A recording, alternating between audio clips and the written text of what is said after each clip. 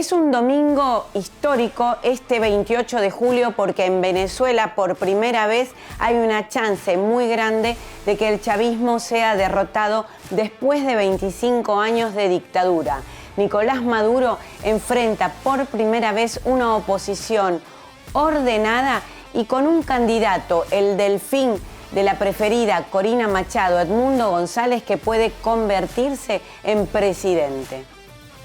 ¿Cuáles son las características de esta elección en Venezuela que sí las convierten realmente en algo histórico? Hay varios aspirantes, pero ¿qué ha ocurrido? María Corina Machado, a quien llaman la dama de hierro que puede desbarrancar al chavismo, no le fue permitido, ella está proscripta y no pudo presentarse a elecciones pese a tener todo a su favor. 2/3 de los venezolanos votarían por primera vez en favor de la oposición y en favor de ella. En vez de presentarse con una guerra literalmente abierta al chavismo, intentó por varias maneras presentar delfines. Una le fue prohibida. Ahora, Edmundo González, un político que curiosamente fue embajador en la Argentina entre lo que fue los finales del gobierno democrático y los inicios de Hugo Chávez, del fallecido Hugo Chávez, tiene todo el poder para ser el presidente con Corina Machado como atracción. El chavismo le permitió presentarse a elecciones. Tiene 74 años, era un desconocido y ahora con Corina Machado detrás y en esos grandes rallies, en esas grandes caravanas electorales, Edmundo González se convirtió en un candidato viable y que realmente puede obtener ese 2/3 de los votos que les decía. Las elecciones pueden ser también históricas porque Venezuela se ha convertido hace años en un problema regional y en un problema mundial de las democracias. ¿Por qué? Porque hay alrededor de 7 millones de venezolanos en el exterior, venezolanos que emigraron de su país, no solo por la persecución política de un régimen autoritario que recurrió durante años a la violencia hasta que en algún sentido se fue apaciguando por la presión internacional, aunque siguen las prisiones políticas, hay prisioneros políticos y cárceles donde se tortura y se impide a la gente ver a sus más queridos, sino también porque es un régimen donde la crisis humanitaria es un día a día.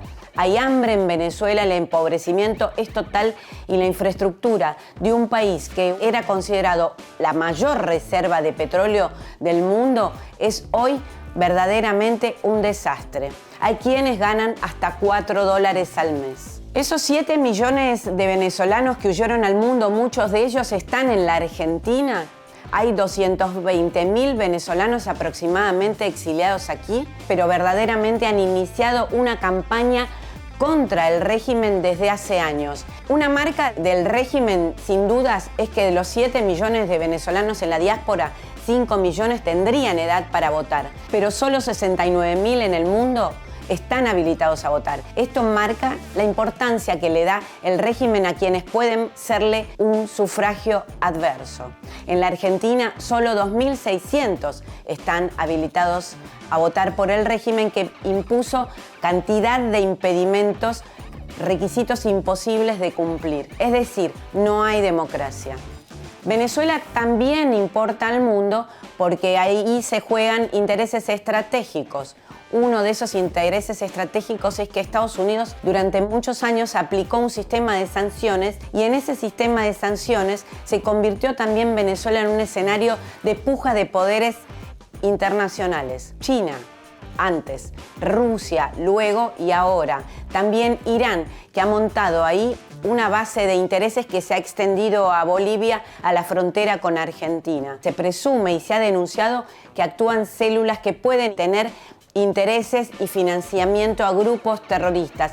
Entre ellos, por ejemplo, podría haber conexiones, y así se denuncia desde Occidente, con la milicia chiita, por ejemplo, de Hezbollah. Si Cuba fue un aliado increíble e importante de Venezuela a través de las generosas reservas de petróleo que Hugo Chávez, el fallecido Chávez, daba hacia el Caribe con su Petrocaribe, hoy toda esa industria del petróleo está devastada. Y aquí nos metemos con la economía, con la crisis humanitaria que vive Venezuela. Mitad puede ser por las sanciones, así lo denuncian desde el régimen. El resto es por la absoluta inoperancia de la economía venezolana, donde se importa el 80% de los productos que consumen. El régimen, sumido en la corrupción, ha encontrado a que los jerarcas de Maduro, del chavismo, han puesto sus dineros en el exterior. Sus familias están enriquecidas y el país, los profesionales, viven en el completo desastre económico. Maduro, con un nivel de inflación descomunal 10 años atrás, impuso un plan de ajuste, un plan casi neoliberal, contrario a lo que ellos pregonan. Eso ha sumido a los profesionales, a los maestros, en salarios de hambre verdaderamente, y ha visto Maduro a la base, en su momento, del chavismo, marchar en las calles en su contra. Maduro dijo en algún momento que si no ganaba, Venezuela podría convertirse en un baño de sangre.